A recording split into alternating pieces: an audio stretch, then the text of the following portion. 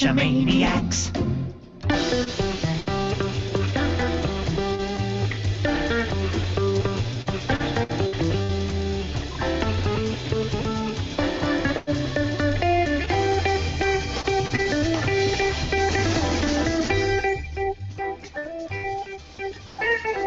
GeoGearHeads.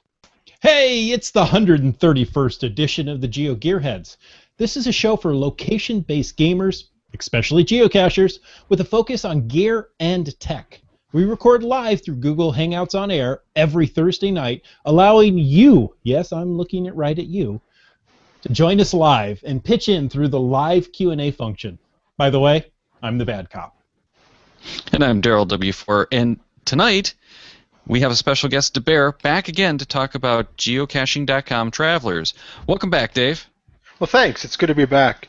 Appropriately enough, I am traveling myself this week. I'm currently ensconced in a bunker deep in the Canadian tundra, which is also known as my sister-in-law's apartment. Interesting. So you're in a secret location, and you're a traveler, so it's kind of like you're a travel bug in a cache. I am. Sign my log. Well, it's good to have you back. And we're excited to be talking about those trackables in a broad scope tonight. We've talked about them a little before, but tonight we're going to go back to some of the basics, like handling them through the smartphone apps, other things like that. Before we get to that, though, if I'm not mistaken, there are 26 GeoGearheads wanting to know the answer to last week's question about zero longitude. That's longitude. To whom was drawn as winter? Winter. It's cold here. Well, back up. That would be the infamous Prime Meridian, also known as the Greenwich Meridian. And this week's winner is Nighthawk 700. He was the lucky GeoGearhead who won that 180-day Project-GC membership. That's really cool. And congratulations, Nighthawk 700. We'll have another one of those memberships to give away next week. So listen through the show, and we'll have that question just before the credits. Before we go too far, though, let's define what travelers are for the sake of tonight's discussion. Not necessarily, period, but for tonight's discussion, we're going to limit that to the items with trackable numbers from geocaching.com. That could be the geocoins, the dog tags, the name tags, vehicle decals, tattoos, and much more, whether they're traveling between cachers or caches, or even if they're just discovery only. That's right, and that's a classic use for traveling, and the classic use for is, wow. You would think it's a Friday or maybe even a Monday the way I'm going about this, but it's not. It's Thursday. I still consider that midweek. That's a classic use, is for traveling between caches, and I know that's one of Dave's big things, is his travel bug races. But since they become popular for discoveries like coin collections at events or those fun vehicle tags and parking lots at events, I see people with their phones taking pictures of all these tags on the cars, and you can get them that are magnetic or maybe static, so you can put them on rental cars. But one of the other uses that's becoming very popular is a personal tracker. Daryl, I know you've been playing with something like that as a new photo project, if I'm not mistaken, and I'm sure we'll touch on that a little more later in this podcast. But we have some questions from another GeoGearhead to kick off this entire discussion. Yeah, and Wet Coaster really went to town with this and kind of outlined the whole show for us tonight through Google Plus series of questions. And these really kind of address a number of the etiquette issues. So he sent that with some of his answers, but wanted our interpretation on each. So let's go through each one of these. We'll talk about it and give you his answer. And actually, a couple of other people answered as well.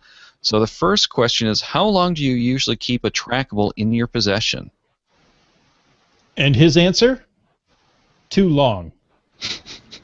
Which is always the case for me. I feel guilty if I hold these things more than a week. Yeah, the very first trackable I ever picked up when it was like my fifth cache I ever found. We were traveling at the time, and it got lost in our luggage, and it ended up being a year before we actually placed it. So that's kind of put me on the whole quicker is better. Try to put it back in a cache before you forget that you have it.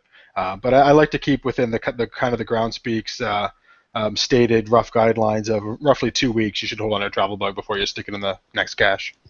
Yeah, 14 days, they say they want you to get that back out. And that is a good rule of thumb. I actually get nervous if I have it for more than a week, unless I'm holding it for a special purpose.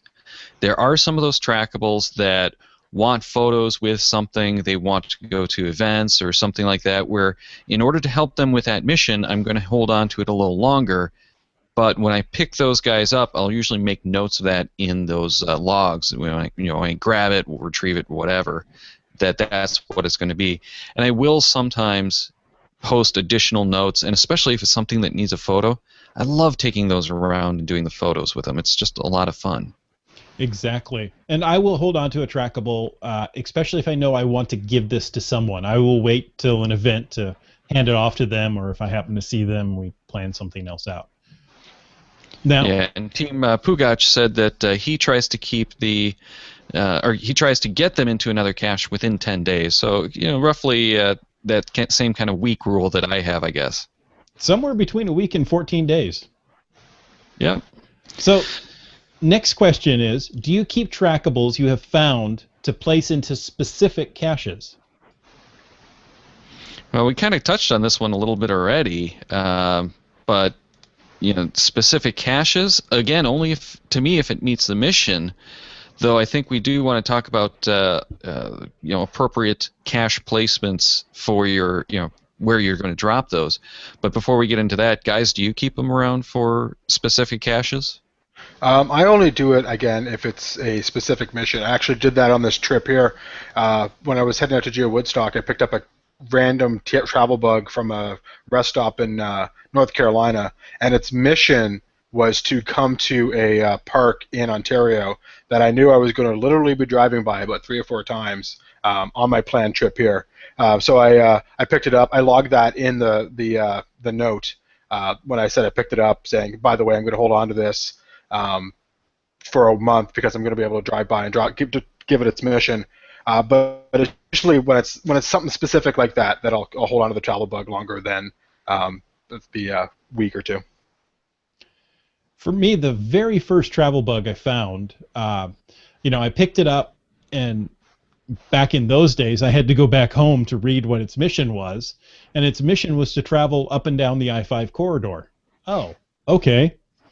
Well, if I'd known that, I'd found caches closer to I-5 than the cache I found the travel bug in, and I would have left it behind. But I didn't know that, so I was able to move it along eventually. But it took a while for me to get to a cache that it hadn't been to along that I-5 corridor. So.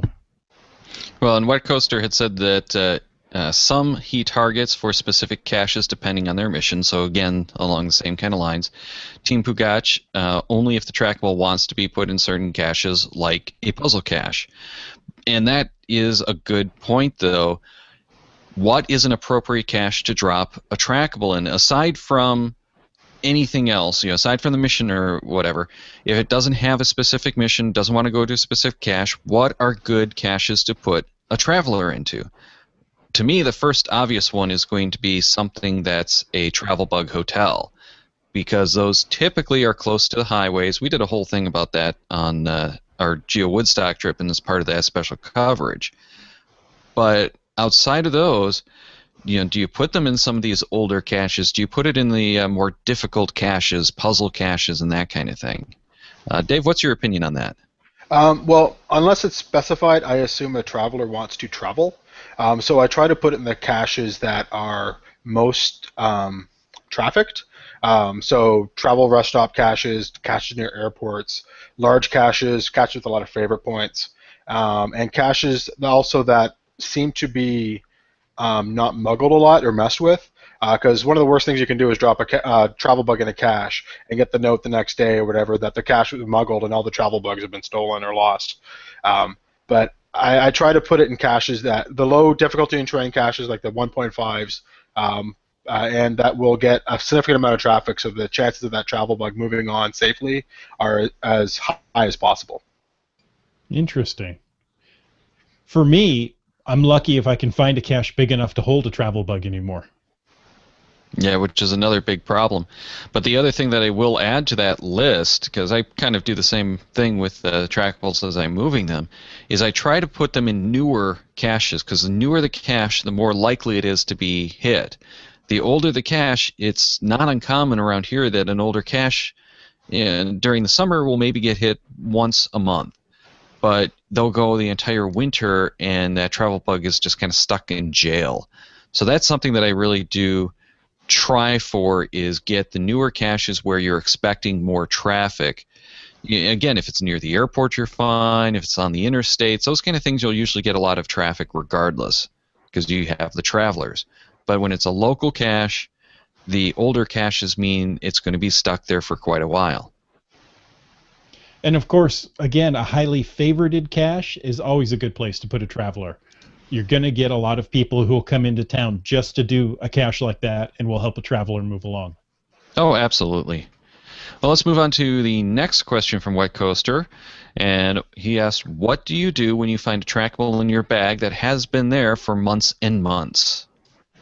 Dave, what do you do? What do I do? Well, what I do is typically I try to release it as quickly as possible, and then in the note saying I dropped it off in this cache, I just kind of say sorry for keeping it so long. My bad. This stuff happens. Yeah, exactly. Wet Coaster, his answer was release it as soon as I can after refinding it. The owner will get a message saying that it's back in circulation. Yeah, Team Pugach said this never happened to him, which is good. But I've had some of these kind of situations, and the worst ones are when I could have sworn I had dropped that into a cache. I actually had one that I had logged into a cache, and then I discovered it in my caching bag like a year later. So.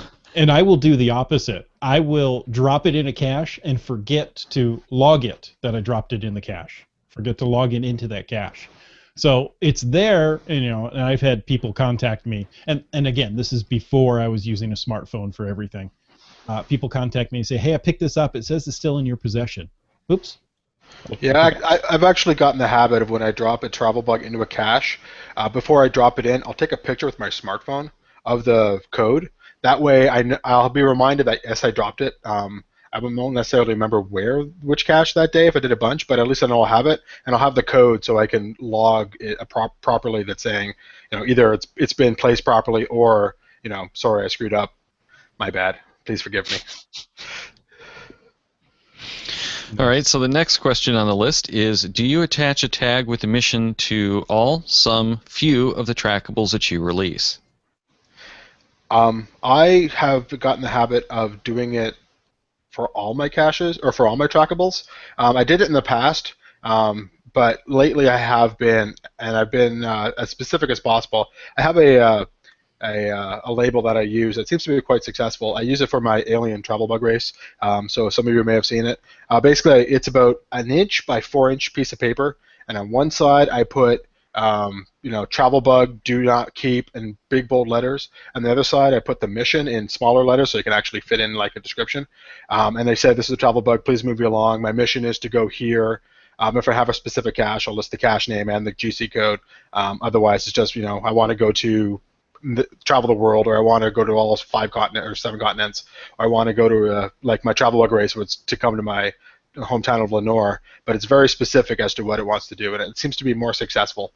And I've also found that travel bugs that are in races seem to do better because people feel like they're part of a race and they're part of something, and they're actually engaged in a reason for moving it along. If you just kind of say, I want to move it from place to place, people kind of go, oh, that's nice, it's cute, and forget about it. But if there's competition involved, people tend to, I think, get more involved in the competition and want to do their part to move it along as quickly as they can, because they don't want to be the person who lost the race. That's an interesting observation that I've not seen myself, but I haven't done a race really in ages. So aside from the GeoGearHeads race we did, what was that, last year, Chris? Last year. Mm-hmm. Yeah, aside from that, I haven't been in any races, and the ones that I put into the race seem to disappear the quickest. So I don't know what's going on there. There you go. Now, let me ask a question, kind of a follow-up on that. If you've moved a trackable along in a race or towards his quest, do you go back and, what do I want to say, track the trackable? Do you check up on it, see if it's gotten there? I tend not to, no. Usually after I place the travel bug, I forget about it. Some of them I'll put on the watch list so that I can keep track of them, but most of them, no. It's, once I'm, I've put it out there, sometimes I'll keep an eye on it to make sure that it's moved out of that cache. Mm-hmm. You make sure that if it's been in there for like 2 weeks, that I go pick it up and take it to an event or something to make sure it gets moving. But otherwise, no, not really. But back on the tags and whatnot, I do like to do the tags. My experience is all too often, though, the tags get separated within just a few months, depending on how it's going. With the geocoins, because that's most of what I released, we actually used to keep them in the little vinyl folder that they come in, and we'd stick the mission sheet, the trackable thing, right in the front and make it a little bit too big so that it couldn't come out. So you really had to work to get it out. Otherwise, they would come out and people would just ignore them. The problem is, if people still wanted to steal the trackable, they were still stealing the trackable and leaving the vinyl with the instruction sheet somewhere else. That's a shame. Now, Wet Coaster answered his own question, and his answer was rarely, but I should do that more often now that I just purchased a laminator. Well, that makes a lot of sense. And Team Pugash also answered. He says, no, I leave all that info on the website. So let's move on to the next question from Wet Coaster. What do you do when you find a proxy trackable, scanned photo of a trackable, where the owner didn't want to release the original into the wild? I treat them as any other trackable normally. Usually the trackables catch my eye because it's like an object or a thing. So a lot of those tend not to, because a lot of people release like a little photocopy, laminated photocopy of a picture of the trackable, so it looks like a business card or something. So it just kind of gets lost in the stuff that's in the cache. But if I notice it and I feel like moving it on, because you don't have to move on travel bugs if you don't feel like it. It's not a requirement. It's just a fun thing to do. So if I notice it, I'll move it on just like anything else. But if I don't notice it, then obviously I don't. See, I tend not to move the proxies at all. That's not to say I haven't moved proxies and won't move proxies. It's just, if it's a coin, I get excited. I like the coin. The proxies don't have any of that appeal to me. It's just another trackable, and it's not a very exciting trackable. It's a piece of paper encased in plastic, or in some cases, like GX Proxy, it's a metal disc with etching. That's at least a little bit more interesting, but it doesn't really catch my attention enough that I'm motivated to move it. See, now, that's odd, because I figure, you know what, they've got a really nice geocoin that they want to keep at home, and they've went out and purchased or was given a proxy with the geocoin. Let's go ahead and move this along so that they can see progress. And actually, I'm a little more motivated to do it for something like a GX proxy rather than just a paper copy that has been photocopied and stuck into a cache. That I look at as almost, cache garbage. Yeah, I can see Cache that. trash? Again, part of what I like doing with the trackables is getting those photos, and to me, a photo of a proxy is, like a photo of something that should be moving, kind of thing. So there's no photo opportunities to me in a proxy. So because I enjoy those photos so much, I don't really have the motivation to move them like I do with some of the others. Yeah, so for me, the motivation is more getting the log and getting distance and different caches and locations. I guess it really depends on what your motivation is for when you're moving along those trackables. Absolutely. And that's, I think, at the core of this question, because it does go to what is your personal motivation. If you're into helping a trackable along to help that number, and it doesn't matter what the object is that it's attached to, then you're going to be much more motivated to move a proxy than if your mission is to simply, see cool trackables, whether it be the travel bug or the geocoins. I know a lot of people who are all about moving the geocoins because they like seeing the geocoins, like physically touching those geocoins, but they won't move trackables other than geocoins. Okay. Well, what Coaster's answer was, I leave it in the cache. If you don't want to release a trackable, then don't release a photo of it. Team Pugach, never happened, but I'd email them to see if they wanted me to mail it back to them.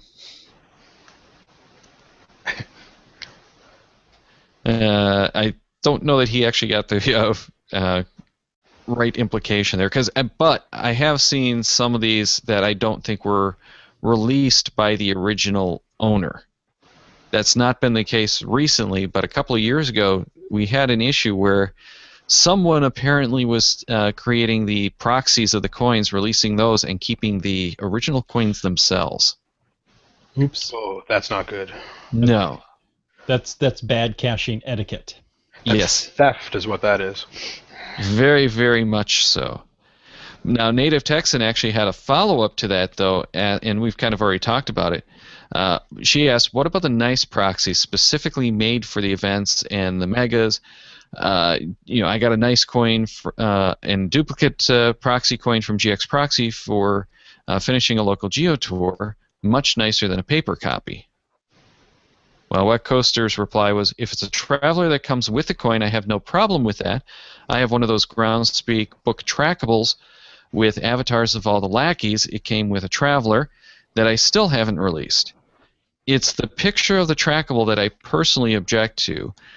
Travelers that come with a nice coin are meant to travel. Most of the coins are too nice to let go, in my humble opinion. It's like gambling. Don't bet what you can't afford to lose. Don't release a trackable that you don't want to lose. Oh, and I say amen to that.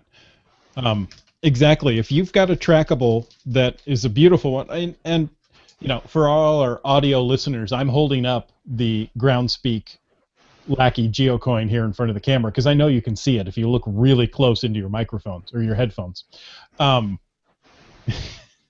And it's a beautiful coin that I would not release. However, they put in a little stunt double for it with all the same numbers on it, and you can release that. And it's still a good looking proxy that goes along with it. And like I say, I'm very willing to move those along.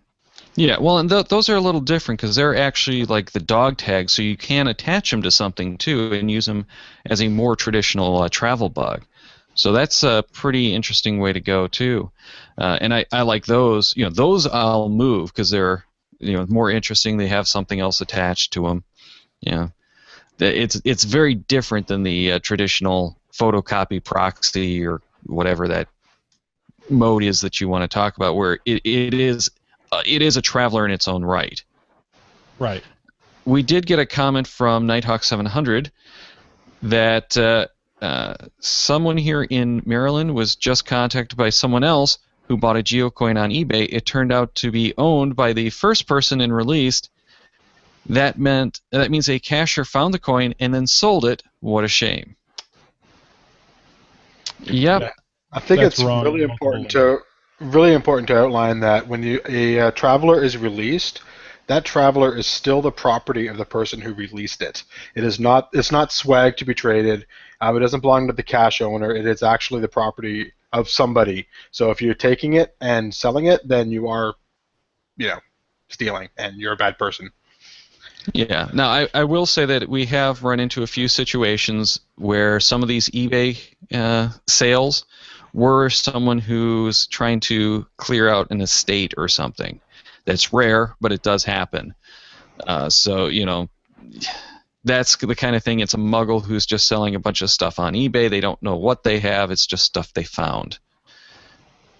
And then he also had another one, not a question, just a comment. I've realized I'm bad at placing travelers in new cache quickly, so now I mostly discover them unless I know for sure I can help it on its journey in a timely manner. FYI, power seems to be back on for now. Oh, sorry. Nighthawk 700 had power issues today due to some storms, so that's what that's all about. That's a shame. I'm really big into discoveries. I will discover geocoins rather than actually pick them up and move them on, because I admit I'm bad at moving them on. So I'm not going to pick them up and let them languish. I'm going to discover them, say, hey, they're still here in the cache. Good luck. Yeah, I'll do a lot of that as well, especially if it's a coin that I haven't seen before, or if it's a coin that I have seen before, specifically that coin that I've moved earlier. I don't want to move the same coin twice a lot of the time, but I'll put a note in that, hey, our paths have crossed again. Interesting. Is there a limit to the number of discoveries you can have on a single trackable? No, but it only counts for one, as I recall, in your list. I don't think any of those have actually counted more than once. I think it only counts the one found or discover log for a particular trackable.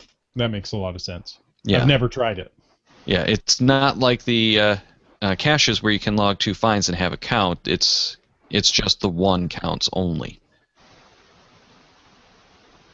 All right, and let's move on to the last of the questions from Wet Coaster.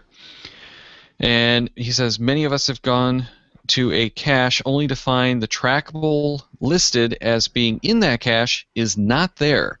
If I was specifically looking for that trackable, I then email the owner to say that their trackable is missing from the cache. What else can we do? See, that goes back to a lot of what I do, where I will put the trackable in the cache and forget to actually log it online. So it may be either in my hands or in the previous cache I took it from, which, again, is one of the reasons I try to avoid it, just so the trackables will be where they say they are. Yeah, there's also the issue of there's like a race condition issue. If you go for a cache and somebody else went to the cache before you, grabbed the trackable, and had not yet logged it, so it's still online, it still looks like it's there, but it's in somebody's hand, because they found it like an hour ago. So there's an issue there. So contacting the CO or the trackable owner and saying, hey, I think it's missing is, I think, okay, but you need to, I think, allow for an appropriate amount of time to give the person who grabbed the trackable a chance to log it. And sometimes that can be, days before people will log their stuff. So I wouldn't send the email immediately, but you might want to wait a few days and see if it shows up, and then do something about it. My response has typically been, I'll go and post a missing note on the trackable page itself. And I'll tend to do this a lot when I go to just any old cache. As someone who's released thousands of trackables, it's just something that I like as a trackable owner to know where these trackables are. So I'll go ahead and actually post on the note, or as a note on that trackable, that I didn't see it in that cache, but I'll actually go and name the cache. Because if you don't go and name the cache, give a GC number or whatever, then that log is kind of pointless, especially if it is something is in transit with that coin or travel bug or whatever. But I don't generally email the owner.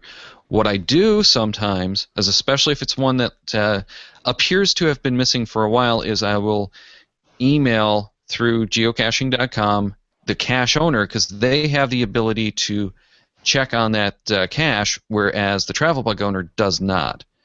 So, and as a travel bug owner, if I get a missing log, I don't do anything about it because I have no clue what's going on. I can't check the cache. I don't want to mark it missing unless I know for sure that it is. So, and I can't go out to track or to check that cache, especially most of these that are in like Germany, and I can't even understand the logs. So as a cache owner, though, if I don't see it in the cache, if I can't figure out who it was that took that trackable, then I will go and mark it missing. And I will actually go and make trips to some of these caches to find whether or not there are trackables in there that should be. I'll flip through the logs, see if anyone's made a mention of it, and I'll even go and contact the last few people to see if any of them have perhaps moved it and give them a friendly reminder. But at the same time, I will mark it as missing because I've confirmed it's not in that cache. On that same note, something that we also had talked about in the Google Plus thread was I've actually had some of those logs come in and mark them missing, only to discover from the cache owner that, Oh, well, I just stopped by, took it to an event so that people just discover it, and it's back in there now. I'll just grab it and put it back into the cache. That's something they should have done anyway. Grab it, put it back into the cache if you're going to do that. But it's one of those, they were just trying to take it for a day or whatever, and it wasn't actually missing. That's a really good point. Now, we've got another email from longtime listener of the show, Scrapcat. It says, and Dave, she has a question directly for you. I have a question for Dave. Over 2 months ago, I received that dreaded email. Found this trackable in my first cache ever. My heart sunk. It's been over 2 months and the newbie hasn't cached since. Do I email them? And if so, how do I word it to avoid antagonizing them? And what if their email's not registered? Any advice would be appreciated. Well, one of the things to keep in mind here is that there are, as we've outlined in the show so far, there are 1,000 ways that travels can accidentally not be moved, and very few where it's purposefully not being moved. So you kind of have to go for the assumption that it's a mistake, or especially in the case of a newbie cacher, they probably don't know really what a trackable is or what the etiquette is. So absolutely, if it's been months, certainly, definitely send them an email through their account and just kind of say, hey, I noticed you have my trackable. I was wondering if you still had it. Typically, the route I take is, do you still have this trackable? Did you get a chance to move it on? If you still have it, can you please drop it into a cache? And just kind of approach it from a just ask the question. Don't be accusing. If it's really a newbie cache, you might want to drop a paragraph in there about what trackables are. They're meant to be moved from cache to cache. They're not meant to be traded, that sort of thing. And just go from there and see if they will see what the response is. I know I had almost this exact same thing happen to me in like I said, the 5th cache that I've ever had. The trackable was I grabbed the trackable and I was traveling at the time and it got stuck in. It's actually my wife's luggage. And when we got home, we just stuck the luggage on the shelf and didn't look at it for a year. And the cache owner or the travel bug owner emailed me and said, by the way, have you seen this? And we realized, oh wait, we actually had that. And then we released it in our cache like the next couple days. But just a quick little note, just saying, do you have it? If you wouldn't mind, please move it along. That'd be awesome. Works. Nice. Now, that actually reminds me. I got an email a couple of months back from a cacher who said, "I'm really sorry. I have your Traveler, and I kind of quit caching for a year to 18 months. What do you want me to do? Do you want me to mail it back to you, or do you want me to? I'm going to go on a trip. Do you want me to drop it in a cache?" And I said, "Please, just drop it in a cache and get it moving again. Thank you so much for letting me know where it is." And this happens to all of us, so no worries. Yeah, I've run into a few of those kind of issues. On the email issue, if they haven't activated their email, which is a problem that Groundspeak knows about and they are working on a solution, this is a situation that happens most of the time with the smartphone users who grab that geocaching intro app, sign up, and never go back to validate their email. You can actually contact geocaching.com, give them that user's email address, and they will activate the email, but it's not going to be an instant thing, so you have to go through this long, involved process for now. There is going to be a solution to that down the road. It just hasn't happened yet. Yeah, another point, the intro app, I took a look today, and there isn't any way to actually log trackables in the intro app, which just kind of underlines the point that if somebody is a newbie cacher using the intro app, they really have no idea or really no way of being actively informed what a travel bug is. So they probably really are working from a place of, I guess, ignorance. They just don't know, which is a great opportunity for, if this happens to you, to step up and do a little bit of mentoring for those people. Yeah, it's a good opportunity as well that in another major revision of the app, maybe if there are trackables in whatever cache that person just found with the intro app and they haven't logged any trackables, to come up with a whole tutorial on cue to tell you how to do that and prompt you to log the trackable if you might have grabbed it. That would be awesome, actually. Yeah. So yet another feature that we can ask to have put into the next version of that intro app. Well, Bad Cop, we did get another question that's kind of a fun one along the lines of your missing trackable there. So you want to read that one? Certainly. This comes from Icy Diamonds and via Google Plus. It says, a fun question. What's the longest you've had a trackable go MIA? I recently had one turn up 1 year, 8 months, and 19 days after someone picked it up. It showed up in a cache 275 kilometers from where it started, and with no story about how it got there or where it's been. I'm thrilled to have it back in action. Well, my record one, as far as I know, and I've released enough of these that I don't really know for sure, but I have Oral History Travel Bug Part 1, which if anyone wants to look that up, is TBM2BA, as an apple. The last place it was dropped was March 15th of 2006 in a cache in California. It appeared this March on the 29th, discovered in Germany. It still has yet to be tracked, or to actually be marked into that cache, but I keep getting discovery logs into that cache in Germany, but it's yet to be actually checked in, and I'm not even sure what cache it is in Germany because I can't really read the logs. But there has been no movement, and it's still, marked as missing, so it's just kind of floating out there. But 8 years between logs, essentially. Wow, that's a good one. I did look at my trackable, and it's gone about a year and 2-3 months. So, not as much as Icy Diamonds here, and Yeah. definitely I'm nowhere in your league, Daryl. No, that tops mine by a long margin too. I did have actually the trackable I was talking about that I found in North Carolina and released back into a park here in Ontario. That was released in Northwest Territories, and the logs say it was taken to New Mexico, but that was a year ago, and then magically it just showed up in a cache in a travel area in North Carolina. I have no idea how it got there, but that's kind of my most interesting where did this come from story with travel bugs.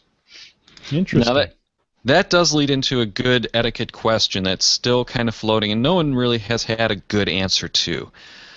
When you pick up a travel bug that hasn't been logged into that cache, what do you do?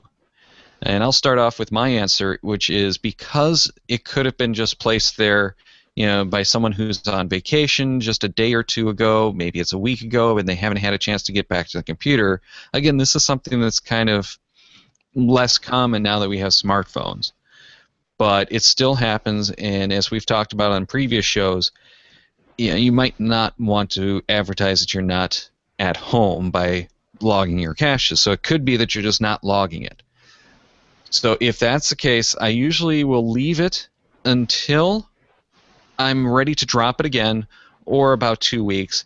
If by that point it hasn't been dropped, I will grab it, post a note, drop it into that cache that I had previously found, and then retrieve it from that cache. So it actually takes like 3 extra steps to do it, but I do make sure that it's been logged into that cache before I pick it back up again and drop it into the next cache. Interesting. Yeah, I typically just kind of grab it and maybe make a note of where I found it, and then just log it when I dropped it in the next cache. I don't retroactively log it back into the cache that I found it in if it wasn't logged as being come from there. Yeah, especially if it's a coin that wants the mileage.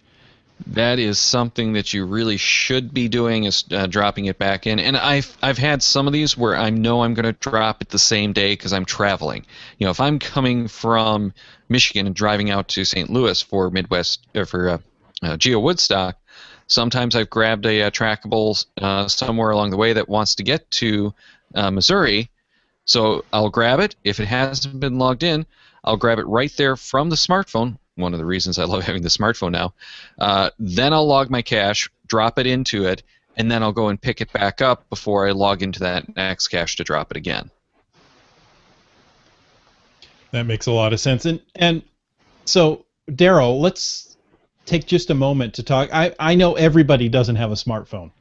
So, what do you do if you find a cache? I find a trackable in a cache? You may or may not be able to take a picture of it to be able to log that later. What do? Do you take it back home, log it then? Well, most of the time when I grab a trackable, it is coming home with me overnight. So, and that's how I've done a lot of these, is I'll just take them with me. And this was the problem too, early on, before we got used to handling trackables. I would just grab it, take it home, and if it wasn't checked in, I didn't know which cache it came from. So I couldn't go and do that drop back in to dip it for mileage. So that was a problem.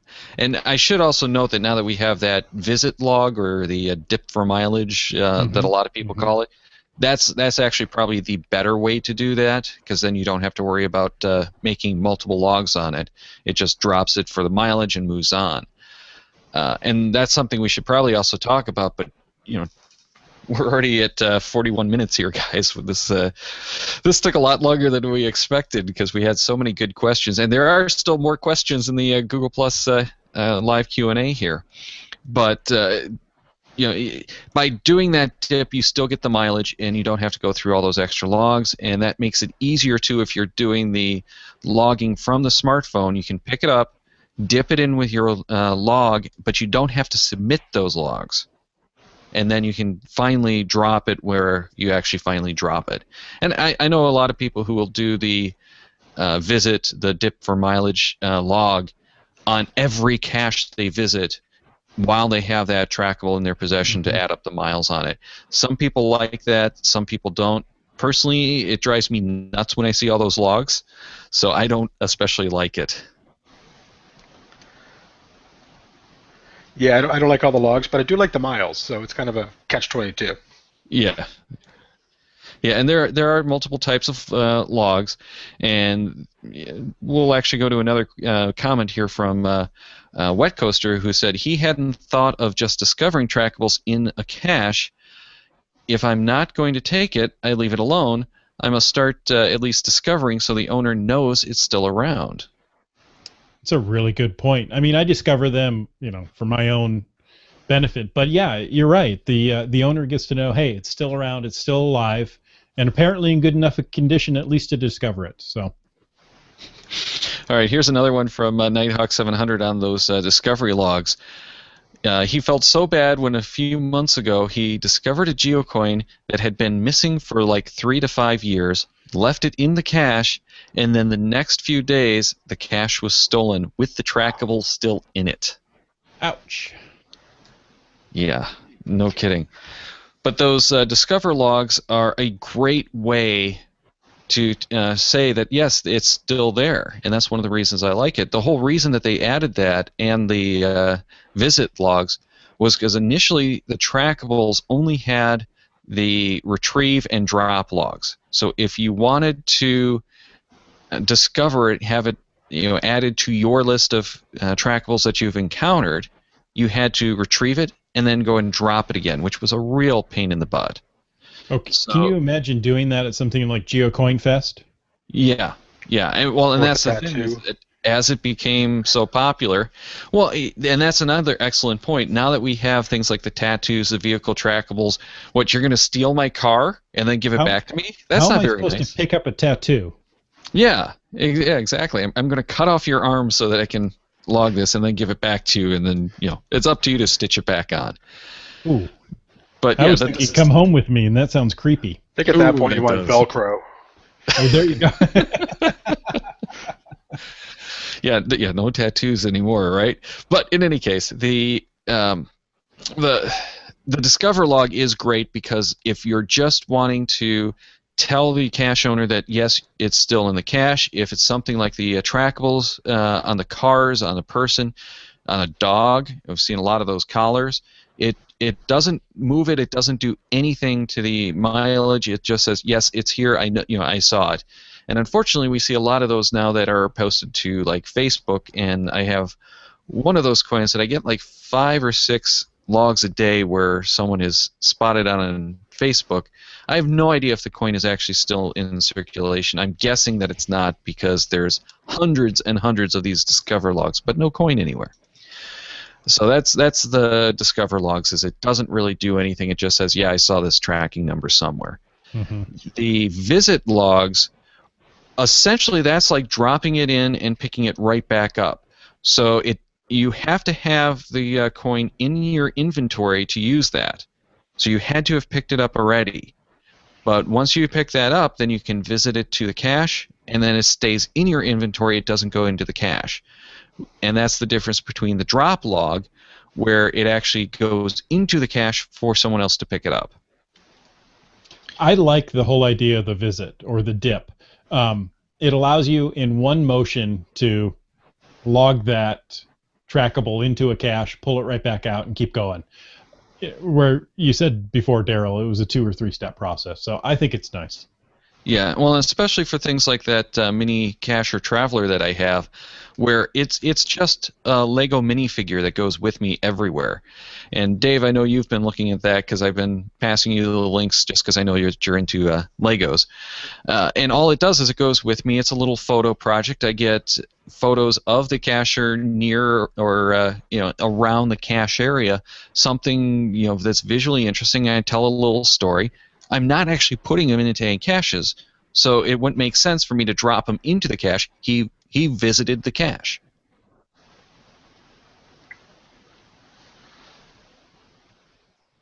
And then, of course, there's also the grab log to grab it from someone else, and the retrieve log, which is the same kind of thing, which just says you retrieved it from the cache. And that context will depend on whether you're on the website, whether you're on the smartphone. There's different versions of the wording for those different actions, but they're basically the same thing. It's saying, yes, I found this trackable, I am picking it up, it is now in my collection. Well, gentlemen, we've got 47 minutes-ish on this show already. I think we're going to have to call it a night, even though we've not really touched much on the smartphone stuff. But before we go, we did get one more question in the live Q&A from Icy Diamonds that I want to just touch on one more time, because we did already talk about it a little bit. She asked, do you always attach a tag-along to your trackables, not including the coins since they don't have a hole? And what kind of items do you use as a tag-along? I almost always do. In fact, I've never released a trackable that doesn't have a traveler, because I think the traveler is kind of the interesting thing. And typically I've used, well, for my races, I've used these little glow-in-the-dark aliens. They're like an inch tall. And you buy like 10 of them for like $3 off Amazon. I've also done Hot Wheels cars. Pull them out of the Walmart bin for 97 cents. And any one of those that I've done, I've always drilled a hole through the thing, whatever it is, and then put the chain through that, so there's no risk of things coming undone. At least there's a lot less risk. And also, if you put a hole in it, it becomes less likely that people will say, hey, look, here's an interesting toy. Let's take it home for my kid. Good That's point. really true. Yep. I have a lot of experience with people drilling holes through geocoins to attach stuff to it, just to make sure that people don't steal it, which is a good idea. But half of what I like about geocoins is that they're so small by nature that it's easier to find caches that you can fit those into than a traditional dog tag. Now, that's not to say that all coins are going to fit into all caches, because they certainly don't, and we actually designed some geocoins early on that were very, very thin and very narrow so that they could fit into 35 millimeter film containers. So, no, they don't all appear. And one of the other interesting things is I've actually designed coins with holes in them so that we could attach things to them. But I have a story that I want to share about one of my trackables, and Dave, I'm sure you're going to relate to this one as well. I had a notebook that I had released as part of the GeoGearHeads travel bug race and talked about on the show. It was a notebook where you would jot down your tips for other people to find, and it had the dog tag attached to it. Well, I retrieved that one from a cache in Ohio. It just happened to be there at the same time I was, so I grabbed it again because the tag had actually gone missing, and most of the paint marker had worn off on the front of the book. It had gotten smooched off. So it wasn't obvious unless you looked at the back or opened it up and actually started paying attention. And what happened was a lot of people had started signing that as the logbook for the cache. Nice. So my bag that I had with it, because I had a bag that was all nicely stickered to say that this is a trackable, discover it, here's the mission. I had that on the front and back covers. It's still on the back covers, but the front cover, it had come off, and the tags that I had noted on there as well, those all came off. So all of the cabling with the trackable tag, all of everything came off except for the back cover, and it had been mistaken now as the logbook. That is funny. So now you had your memories plus somebody else's memories. So that's nice. Yeah, and fortunately there were a lot of additional logs in there with a lot of additional tips, which I didn't get a chance to go through all of them, but my fix this time was it was a spiral-bound notebook, so I ordered a couple of the travel fleas because they're nice and small, and I just added those to the spiral binding on the notebook, so if someone's going to remove those, they have to take them all the way off now. They've got to actually remove the spiral binding to get them off. So I'm curious, this notebook that now became the log, did you leave it there as the log, or did you take it with you? No, I took it with me. I didn't realize until I got home that it had been used as a log. Okay. So I didn't do anything about the pages. I was half thinking about trying to scan them, but most of them were so low contrast it wouldn't have scanned anyway. All right, so let's wrap it up tonight because we are going long. We'll have to get into the ins and outs of logging through the smartphone, and I'm sure we'll have a lot more conversations about this kind of stuff offline, and maybe even for another show. Maybe Dave, you want to come back and do a Traveler's 2 in a few months? Sure, that sounds like a lot of fun. Sounds like a good plan to me. And before we actually wrap it up, Dave, why don't you let people know where they can find your stuff? Where you can find me, well, I'm on Google Plus under Dave DeBearmaker, and I have a blog called Only Googlebot Reads This Blog, which is at debear.blogspot.com. Thank you very much, and I want to thank you and all of our other patrons like Billy Robson, Going Caching Crew, Jersey Eric, Kitty Catch, Native Texan, and Wazong, which, Mike, I apologize if I mispronounced that. I know you've told me how to do it before, and I can't remember how that's actually supposed to be pronounced now. But all of you have donated to our Patreon campaign. That really does help keep the lights on, the show's coming. Yeah, we're still in the hole, but thanks to the generous donations from all of you who have donated and become patrons, we're able to keep the show going, and we really do appreciate that. And if nothing else, it's great motivation. Look at all the great shows we've got coming up. If you want to check that out, we'll talk about it a little later too. If you want to become a Patreon or a patron through Patreon, head over to our GeoGearHeads.com page or our CacheManiacs.com page and hit the Patreon link, and you'll find out all about that. And you'll even get some bonus content, or if you join us some of those higher levels, you'll even get some swag. So thank you very much to all of our patrons. We really appreciate that support and that continuing support. Yes, thank you so much. And we also appreciate the contributions and support of all of you. Some of the ways you can really help the show are with those iTunes and Stitcher reviews. And of course, spreading the word to fellow geocachers. But your feedback is essential, and most of that comes through GeoGearHeads at CacheManiacs.com, the email address that we use all the time. We really love hearing those in your own voice. So we love it when people record themselves and send us audio files. You can do it from the computer. You can also send us audio through the SpeakPipe drawer on the CacheManiacs.com website. And the absolute easiest, you can do it in your car. is calling 206-350-3647 and just leave us a voicemail message right there. We've received feedback, and that's shaped the shows. In fact, this is one of them. And we've had some that recently was completely reshaped after booking the guest and those questions submitted by the audience. Now, we also build randomized shows around feedback that we get from you. And some of those even turn into entire shows. For example, we had a bunch of feedback about the Evernote that we talked about in last week's randomized show, and that's going to be revisited in an upcoming show. And we've got Scott Burks returning for that show as well. We do indeed, but that show won't be until September 18th, but send us your comments and questions for that show. But more immediately, we have next week, Cruise Caching 2 with Subway Mark. So if you're looking for information about caching from a cruise ship, you'll want to catch that one. July 17th, we're doing Our Gear 2. We did that first one a while ago, but this one, we've gotten some requests to kind of talk about kind of a history of our gear. So that's what that's going to be about.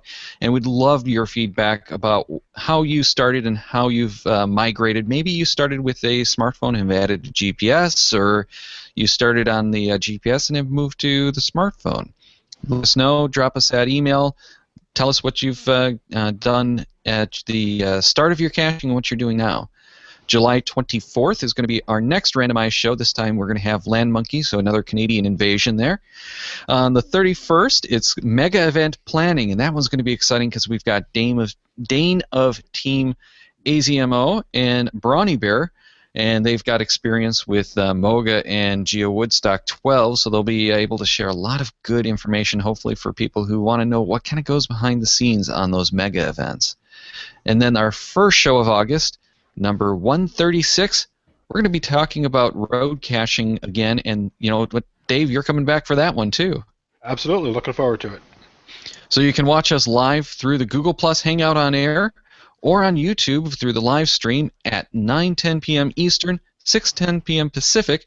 Just watch our Facebook, Google Plus, or Twitter feeds for those notices, or better yet, head over to GeoGearHeads.com and hit the upcoming shows link for the list and all of those links. Now, get an email ready. You're going to want to address that to GeoGearHeads@CacheManiacs.com because it's time for a question.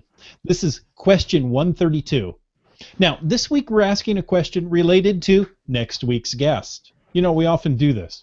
Now, we're looking for the answer to which man-made water passage in Central America was opened in 1914 and requires 3 locks to traverse. We need that email titled Question 132 with your answer and your geocaching.com screen name in the body. We need that to GeoGearHeads@CacheManiacs.com by 9 p.m. Eastern, that's 6 p.m. Pacific, on July 9th for your chance to win another code for a 180-day membership to project-gc.com. It's project-gc.com. Go there now.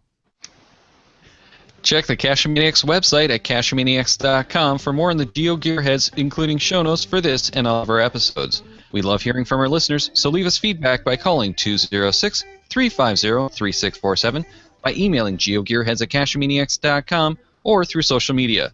Your support helps keep the Cachemaniacs shows coming.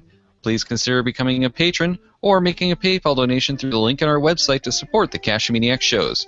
GeoGearHeads is produced by Chris Hoffenauer and Daryl Wattenberg. This show is copyright 2014 by Daryl Wattenberg, all rights reserved.